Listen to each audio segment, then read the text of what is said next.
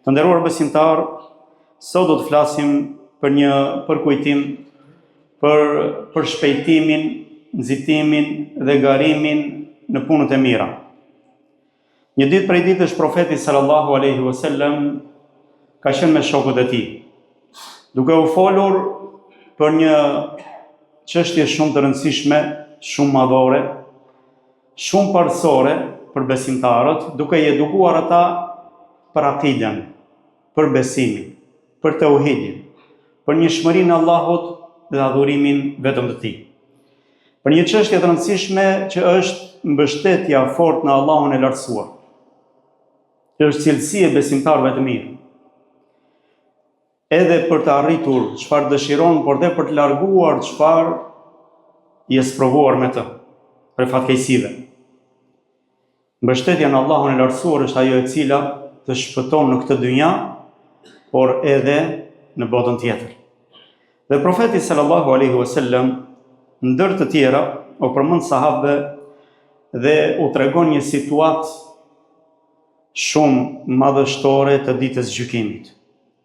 U tregon profeti sallallahu alaihi wasallam mbas ringjalljes se si popujt të gjithë mblidhen me profetët e tyre. Dhe thot profeti sallallahu alaihi wasallam: "Mu shfaqën popujt ditën e gjykimit, pra në fushën e madhe të Arafatit, të ringjalljes në ditën e gjykimit. Të gjithë ata në një vend të vetëm. Dhe pash, thot profeti sallallahu alaihi wasallam, profet që kalonte dhe mbas tij thot kalonte, vinte e ndiqte atë thot një popull i gjithë. Pastaj pash thot profet që mbas tij thot shkonin vetëm një grup njerëzish. Një grup njerëzish. Pastaj thot pash profet që ndiqnin atë, e pasonin atë vetëm 10 persona.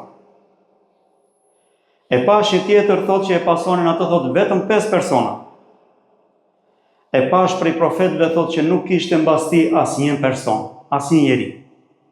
Asnjë njeri që i kishte ndjekur dhe dëgjuar thirrjen e tij. Nuk ishte përgjigjur në thirrjen që i kishte bërë në fe për tek Allahu i lartësuar. Pastaj thot, pash një grumbull të zi të madh me njerëz. Dhe pyeta, a janë ata umeti im? A janë ata muslimanët që më kanë pasuar mua? I thonë jo, por shikon në krahun tjetër. Dhe pash thot një turm shumë të madhe, të zezë, dhe më thanë, këta janë pasuesit e tu. Do më thënë profeti Muhammed sallallahu alaihi wasallam, do të ketë më shumë pasues se kushdo tjetër ditën e gjykimit. Dhe falenderojmë Allahun e lartësuar që na ka bërë nga pasuesit e tij. Më thanë, këta janë ummeti yt, këta janë populli yt, ata që të pasuan ty. Dhe ata që janë në fillim janë 70.000 prej tyre. Janë të zgjedhurit prej tyre, më të mirët e tyre, të cilët do të hynë në xhenet pa llogari dhe pa dënim. I udhëheqin gjithë popullin tënd 70.000, të cilët do të hynë në xhenet pa llogari dhe pa dënim. I pyeta, e pse?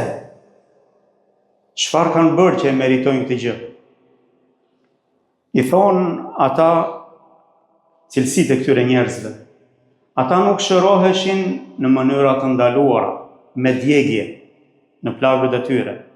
Dhe as nuk kërkonin nga të tjerët yshtje, rukje. Dhe nuk besonin në bestytni. Dhe në Zotin e tyre mbështeteshin. Cilësi të cilat tregojnë mbështetjen e plotë të njeriut në Allahun e lartësuar, si për të marrë mirësi, si për të shëruar, si për të arritur dobi, por edhe në largimin e fatkeqësive, apo tërslokut, apo të tjera me këto, njerëz të mbështetur në Allahun e lartësuar në të gjitha aspektet, në mënyrë absolute.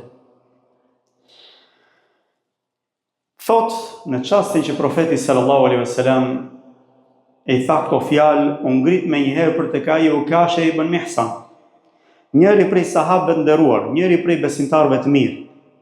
Dhe i thotë, o i dërguari i Allahut, lutë Allahun të jem prej tyre. I thotë, ti je prej tyre. fitoi ukashja me këtë duat profetit sallallahu alaihi wasallam, do të ishte prej tyre.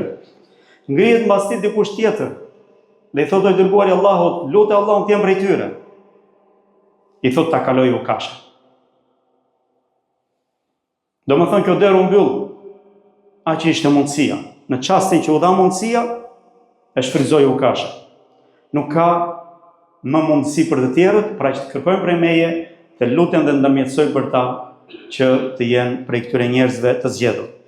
Të nderuar besimtarë, në këtë predikim natyrisht nuk do të flasim për situatat e ditës së gjykimit. Edhe pse për ta ruajtur besimin, çdo kush prej nesh duhet që të lexojë dhe të lidhet fort me besimin në ditën e gjykimit. Është ai besimi i cili t'jep stabilitet në fen tënde, t'jep qëndrueshmëri, t'jep gjithmonë përmirësim dhe ngritje në fen tënde. E po që për çështje dynjaje, besimi ynë, nëse është vetëm për të arritur të mirat dynjas, në çastin që Zoti do të na jap të mira, dhe do të na largojë sprovat, do të harrojmë Zotin. Por besimi i njeriu në ditën e gjykimit, se një ditë do të kthehet tek ai dhe do të llogaritet. Dhe shqetësimi se si do të jetë gjendja dhe situata e tij ditën e gjykimit.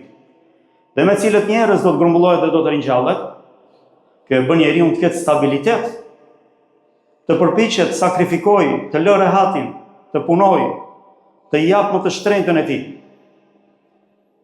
Në mënyrë që të arrijë kënaqësinë e Allahut dhe të fitojë në atë ditë të vështirë. Lutim Allahun na bëj nga ata që fitojnë në atë ditë dhe lutim Allahun lartësuar na bëj nga ata 70.000 që hynë në xhenet pa llogari dhe pa dënim. Nuk është kjo hutbe, ky predikim për këtë pjesë. As nuk është për popujt që se si ju përgjigjen profetëve, dhe pse kjo çështje është shumë e rëndësishme. Dhe është e çuditshme me njerëzit se si nuk u përgjigjen profetëve, kur vijnë profet të vetëm, pa njeri, ku është familja e tyre? Ku janë familjet e tyre? Ku janë nëna dhe babai, motra dhe vllai, gruaja dhe fëmijët? Si nuk janë përgjigjur një profeti? Por kjo nuk i ka bërë që ta lënë mesazhin e tyre, as ta lënë rrugën e tyre, as të bëhen pesimist. E kanë kryer misionin e tyre. Dhe kështu besimtari bën sebepet për udhëzimin e njerëzve të tij dhe popullit të tij. Por mos përgjigjja e tyre nuk e bën pesimist. Nuk e plogështon, nuk e dobëson. Vazhdon në rrugën e tij sepse llogarinë e tij e ka vetëm me Zotin. Përgjigje do t'ja para Zotit, i vetëm. Dhe askush prej njerëzve nuk do të përgjigjet për të. Pra nuk është as për pjesë nderuar besimtar, por është për fjalën e fundit profetit sallallahu alaihi wasallam, ta kaloj ukashja. Ta kaloj ukashja.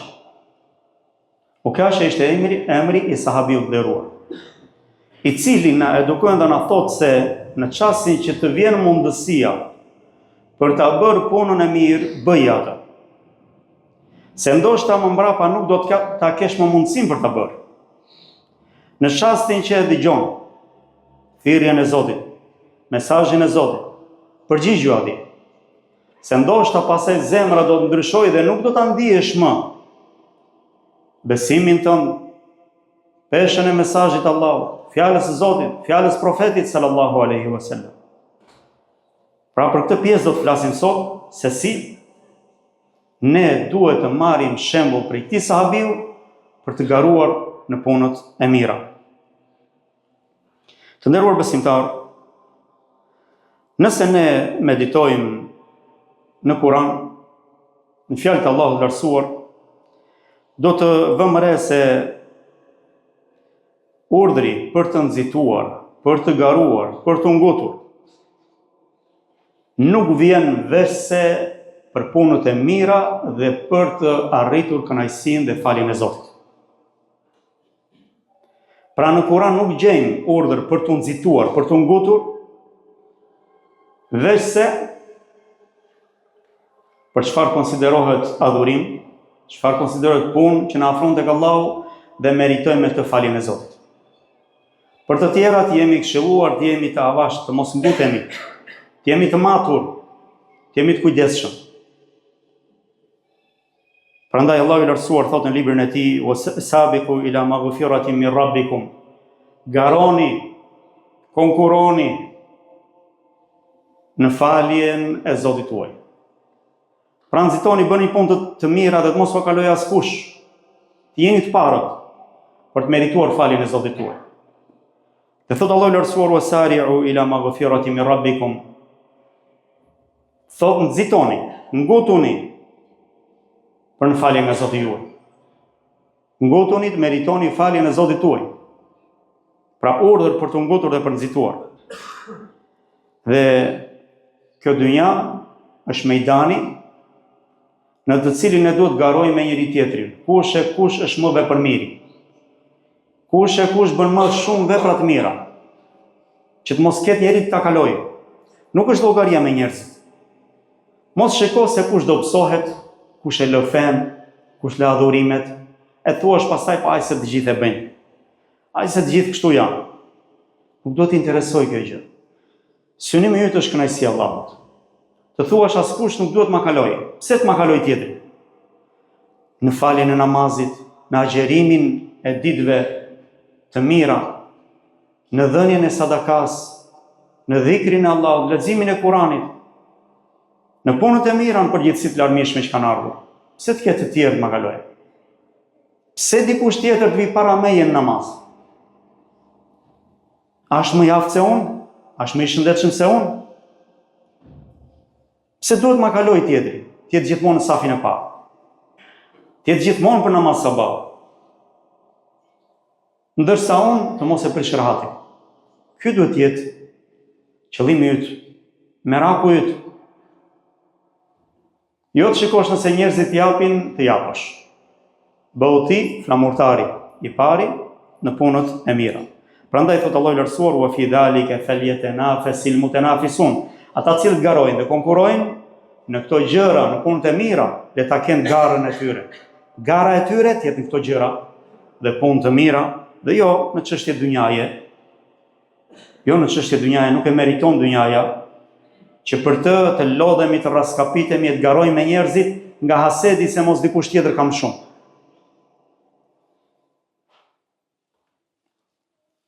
Në hadith profeti sallallahu alaihi wasallam thot: avashlëku, qetësia, maturia duhet në çdo çështje, përveç se në punët e ahiretit, përveç se në adhurime. Aty nuk ka avashlëk. Pra Allahu çfarë thoshte? Nxitoni, garoni, konkuroni, ngutuni për të arritur faljen e Zotit tuaj dhe gjithashtu për të fituar me xhenet e gjerësia e cilave është sa e qive dhe e tokës. Nëse shikojmë Kur'an nderuar besimtar, shikojmë Musa alayhis salam, një shembull shumë i mirë, i cili bën një veprim dhe thot një fjalë që duhet ta ketë parasysh çdo besimtar.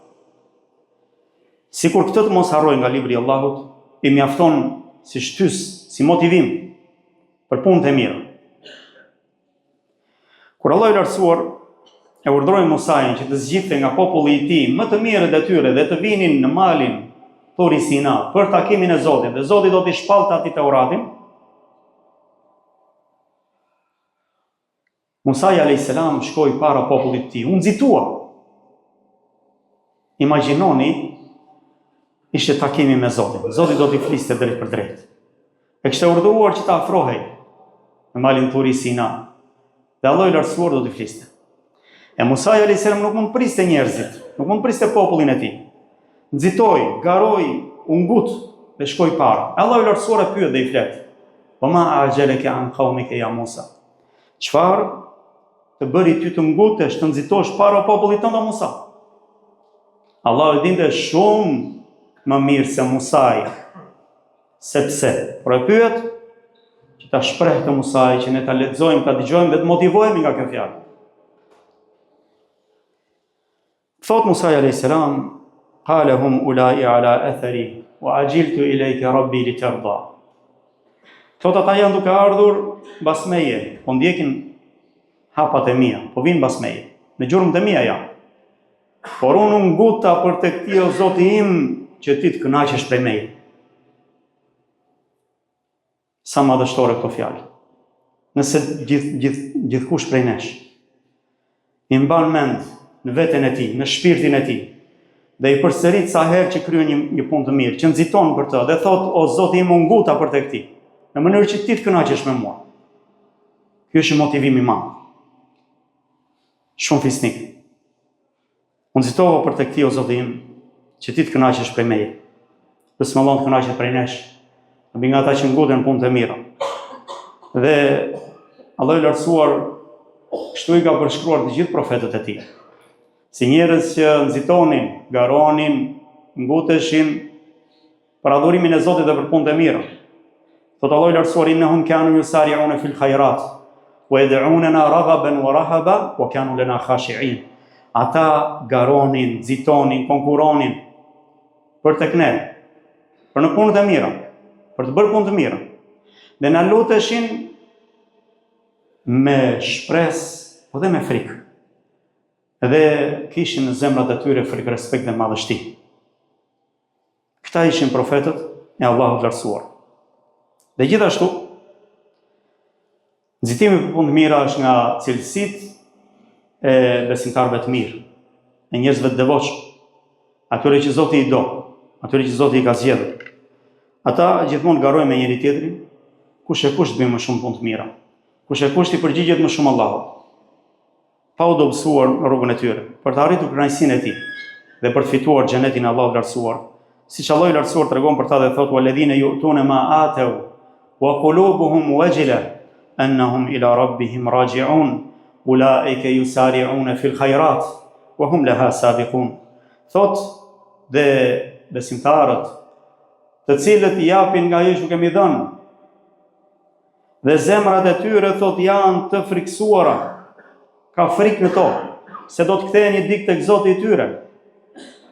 Të tillët janë që garojnë dhe konkurrojnë në punët e mira.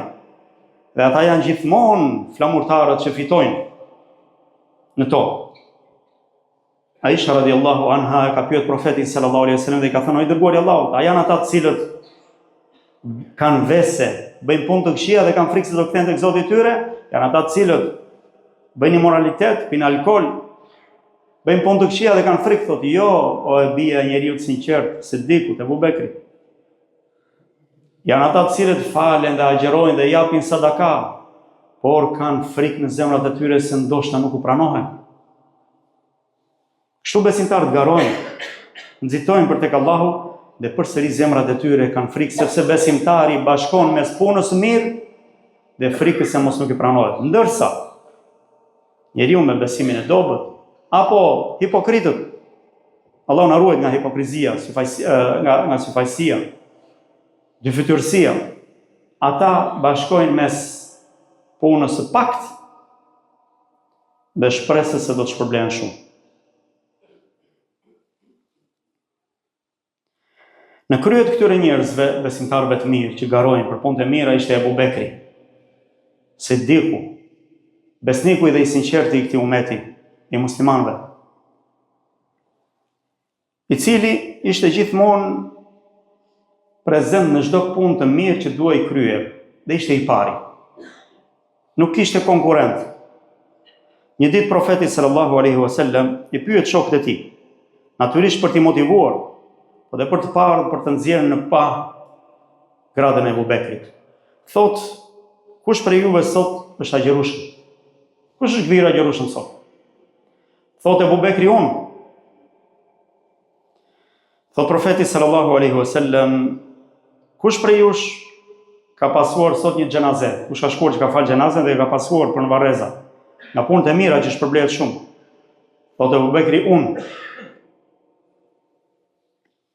Thot kush prej jush ka ushqyer sot një fukara, një nevojtar? Thot Ebu Bekri unë. Përsëri Ebu Bekri. Thot profeti sallallahu alaihi wasallam, kush prej jush sot ka vizituar një të sëmur? Thot Ebu Bekri unë.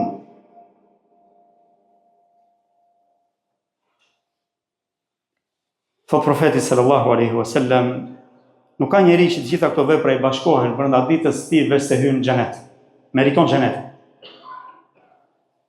Flamurtar në të gjitha punët e mira. Ebu Bekri nuk ishte të ngjashëm me të. Madje Umeri, prisi besimtarëve mbas Ebu Bekrit, mbas vdekjes profetit sallallahu alaihi wasallam, i udhëhoqi besimtarët e Abu Bekrit si njeriu më i mirë me unanimitetin e sahabëve. Mbas tij erdhi Umeri, si njeriu më i mirë mbas tij. Umeri tregon dhe thot se si është përpjekur që të fitojë ndaj Abu Bekrit dhe na tregon 2 raste, 2 sekuenca. Thot Umeri radiallahu anhu, jam përpjekur ta kaloj Abu Bekrin me 2 raste. Një rast thot ishte kur kaluan pranë Abdullah ibn Mas'udit me profetin sallallahu alaihi wasallam. Dhe Abdullah ibn Mas'udi, nga sahabët më të zgjedhur, më të mirët e tyre, ishte duke u lutur. Dhe profeti alayhis salam e dëgjon dhe duke ikur thot, kërko se Zoti do t'jap. Kërko se Zoti do t'jap. Ishte ngritur dorë po lutej dhe po bënte dua të sinqert me përulje dhe profeti alayhis salam, i cili nuk flet nga vetja, por flet me shpallje, thot vetëm kërko se Zoti do t'jap. Thot Umeri, atëherë të desha të shkoj me shpejtësi ta përgëzoj Abdullah ibn Mas'udin për këtë gjë. I them vetëm kërko se Zoti do ta pranoj duan. Kur shkova thot aty Abu Bekri më kishte paraprirë. Abu Bekri ja kishte thënë fjalët atij. Dhe në rast tjetër thot ishte kur profeti sallallahu alaihi wasallam urdhëroi për sadaka. Dhe shkova në shtëpi dhe mora gjysmën e pasurisë time. Çfarë kisha mbledhur? Gjysmën e tyre dhe shkova të jepja sadaka dhe thash me vete sot do t'ja kaloj Abu Bekrit, sepse më ishin mbledhur para thot në shtëpi, i ndava gjysmën e tyre dhe shkova tek profeti sallallahu alaihi wasallam duke menduar në veten time, duke nxituar dhe duke thënë sot ja kalova Abu Bekrit. Kur shkoi thot atje thot Abu Bekri kishte sjell gjithë pasurinë e tij. E thot profeti sallallahu alaihi wasallam, çfarë i le familjes tënde? I kam lënë besimin në Allahun, thot dhe në profetin sallallahu alaihi wasallam. Pra se Allahu i lartësuar është furnizues, do të na furnizoj, do të na i kompensoj. Thot Umeri radiallahu anhu, vallahi, thot s'kam përgaruar më me ty asnjëherë. Dorëzohem para teje, sepse nuk mund të fitoj para teje. Allahu qoftë i kënaqur me ta dhe lutim Allahun e lartësuar që ne na bëj rrezik punë të mira, me të cilat Allahu i lartësuar kënaqet. Them fjalën time dhe i kërkoj falë Allahut për vete dhe për ju dhe për gjithë muslimanët. Wa sallallahu wa sallam ala nabina Muhammad wa ala alihi wa ashabihi ajma'in rabbil alamin wa afdalus salatu wa tamu taslim ala nabina Muhammad wa ala alihi wa ashabihi ajma'in. Të nderuar besimtar, i dërguari Allahut sallallahu alaihi wa sallam na ka porositur. Na ka porositur që ne të nxitojmë për punë të mira. Dhe e dim se ai ishte i mëshirshëm për popullin e tij, ishte edukatori, ishte këshilluesi dhe na donte të mirën. Prandaj këshillon që ne të nxitojmë për punë të mira para se të vijë një kohë kur sprovat, belat, fitnet të përhapen shumë. E ndoshta të sprovohemi dhe nuk do të kemi mundësinë që t'i përballojmë sprovat me besimin ton të dobët, me punët tona të pakta. Prandaj ai këshillon dhe thot, nxitoni për punë të mirë. Para se të vinë sprova, bela, me cilat do të tundoheni, do të përballeni, do të sprovoheni, do t'ju dridhin. Dhe këto sprova thot vinë si pjesët e natës, pra vinë janë të errta, të padukshme. Vinë njëra pas tjetrës, pa ndalim. Dhe në këtë kohë thot njeriu do të gdhi besimtar dhe do të ngryset jo besimtar. Gdhihet musliman e ngryset kafir. Thot ngryset besimtar dhe gdhihet jo besimtar. E shet thot fen e tij, e lëshon fen e tij për një përfitim të vogël dynjaje. Allahu na ruaj. Të kuptojmë rëndësinë e besimit dhe të mos e shesim atë për çfarë do qoftë prej dynjas, e vogël apo e madhe. Prandaj nderuar besimtar, le të adhurojmë Zotin dhe t'i përgjigjemi atij kur ne jemi mirë. Që Allahu i lartësuar të na ruaj ne në çastet e vështira, në çastet e sprovës, kur përballemi me bela të ndryshme, të cilat mund të na vinë nga të gjitha anët, e sidomos nga ato aparate që i kemi në duar. Prandaj thot profeti sallallahu alaihi wasallam, ta'arraf ila Allahi fi ar-raha ya'rifka fi shidda. Thot një Allahun kur je mirë, në bollëk, i shëndetshëm, kur i ke punë të mirë, një Zotin tonë, që ai të njohë ty kur ti je në vështirësi. Kur ti je keq, që Allah të gjendet pranë ty. Dhe Allah i lartësuar na tregon për Yunusin alayhis salam, të cilin e përpiu balena, si sprovë nga Allah. Ishte profeti i Zotit, po sprovua me këtë sprovë të rëndë. Balena e përpiu dhe u zhyt me të në oqeane. A mund të shpëtoj njeriu i tillë? A ka shpresë për të? E Allah i lartësuar thot: "Falaula annahu kana min al-musabbihin la labitha fi batnihi ila yawmi yub'athun." Sikur ai të mos ishte njeri që adhuronte Zotin shumë, e lavdëronte Zotin shumë, e madhronte Zotin shumë, kur ishte mirë, do të kishte qëndruar në barkun e balenës deri në ditën që do të ringjallën njerëzit. Atje do të kishte vdekur, do ishte tretur në barkun e saj. Vetëm kur Allahu t'i thërriste njerëzit për të ringjallur, do të ngrihej nga ai vend. Prandaj, kjo na tregon nderuar besimtar që ne duhet lidhemi me Allahun shumë kur jemi mirë, që Allahu i lartësuar na përgjigjet kur ne kemi nevojë. Dhe situata më e vështirë e njeriu është çasti kur familja e tij, të dashurit e tij e vendosin në varr vetëm. Të shtrenjtët e tij, që nuk kanë duruar dot për të kur ishte gjallë. Kur vdes, janë fiks ata, të cilët e vendosin në varr dhe largohen prej tij.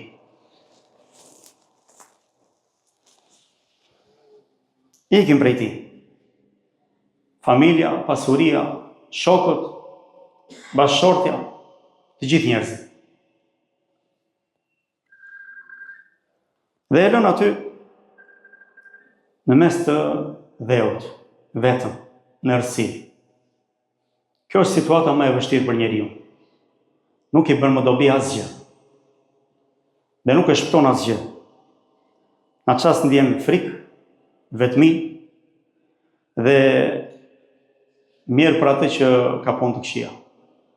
Ndërsa besimtarët që kanë adhuruar Allahun e lartësuar dhe janë përgjigjur kur kanë qenë mirë, Allahu i lartësuar nuk i lë të friksohen, nuk i lë të vetëm, nuk i lë të tremben. Punën e tyre të mirë u aqon aty, në pamjen e një njeriu të bukur, të qeshur, me aromë të mirë. Kush nuk do ta donte këtë në çastin që jenë varr vetëm. Sa shumë përcjellin njerëzit tanë dhe harrojmë se një ditë do të jemi në vendin e tyre. Thot profeti sallallahu alaihi wasallam, i vjen në atë çast thot kur ikin familjarët e tij dhe vijnë me lajket dhe pyesin mbas kësaj, thot i vjen atij në atë çast një njeri me fytyrë shumë të bukur, me rroba shumë të bukura dhe me aromë shumë të këndshme. Dhe i thot të përgëzoj me diçka që do të gëzoj shumë. I thot, kush je ti o robi Allahut? Fytyra jote thot tregon që je njeri i mirë. I thot, unë jam puna jote e mirë. Kam ardhur të qëndroj me ty dhe të lehtësoj qëndrimin vetëm deri në ditën e ringjalljes. Lutem Allahun na i bëj rrezik të gjë. Ndërsa ditën e gjykimit nderuar besimtar, situatat e saj janë të vështira.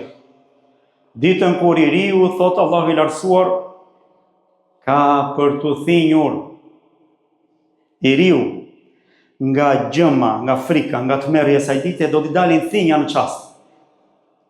Nga frika e madhe. A ditë nderuar besimtar, ata që kanë punuar punë të mira do jenë ndryshe. Dikush do jetë në hijen e sadakas të tij. Dikush tjetër, i cili ka lexuar Kur'an shumë dhe ka agjëruar, ka me vete Kur'anin dhe agjërimin që do të ndërmjetësojnë për të. Dikush tjetër ka rënë dëshmor, shahid, gjaku i tij pikon, është i kuq, por aroma është prej misku, parfumi më i mirë. Dikush tjetër, apo të tjerë do të jenë në minbere, në fronë drite, që i kanë zili profetët dhe dëshmorët dhe gjithë njerëzit e mirë, janë ata që janë dashur për hir të Allahut. Dikush tjetër dallohet mbi të tjerët për gjatësinë e tyre, janë muezinët, ata që kanë thërritur njerëzit të falin namazin. Dikush tjetër pi nga liçeni i profetit sallallahu alaihi wasallam, bismillah na bëj prej tyre. E të tjerë që do të dallohen me punët e tyre të mira, e gjithashtu mes tyre ka dhe njerëz të cilët kafshojnë duart e tyre nga pendimi, lutim Allah mos na bëj nga ata njerëz. Prandaj ka thënë poeti, idha anta lam tazra wa absarta hasida nadimta ala at-tafriqi fi zaman al-badri. Thot nëse ti nuk e mbjell, pastaj shikon të tjerë që korrin, ke për të penduar shumë për neglizhencën që bëre në kohën që duhet kishe mbjell njësoj si të tjerët. E lutim Allahun lartësuar na bëj prej atyre që kur Zoti u jep falenderojnë, kur bëjnë gjunahe pendohen tek Zoti, kur sprovohen bëjnë durim. Lutim Allahun lartësuar që na përdor për punë të mira, dhe mos na përdor Zoti për gjunahe dhe për përhapjen e shturjes mesin e njerëzve. Lutim Allahun lartësuar na bëj prej robërve të tij të devotshëm, prej grupit të tij të shpëtuar, na bëj prej atyre që i ka miq dhe që kujdeset për ta, sepse me të vërtetë të tillë njerëz nuk kanë për të friksuar për çfarë i pret, dhe as për të ligështuar dhe brengosur për çfarë ka lënë mbrapa. Lutim Allahun lartësuar që jap siguri për vendin tonë dhe gjithashtu për të gjitha vendet islame, të muslimanëve, dhe të largojë prej këtyre vendeve gjithë dashakejsinë dhe kurthet që ngrihen nga armiqtë e tyre. Lutim Allahun lartësuar që ndihmoj vëllezërit tanë musliman kudo që janë, t'u lehtësoj brengat e tyre, t'u lehtësoj të gjitha çështjet e tyre, të jap Allahu i lartësuar siguri atyre që janë të friksuar, të jap Allahu i lartësuar ushqim atyre që janë të uritur, Allahu i lartësuar të shërojë ata të cilët janë të plagosur dhe të sëmurë.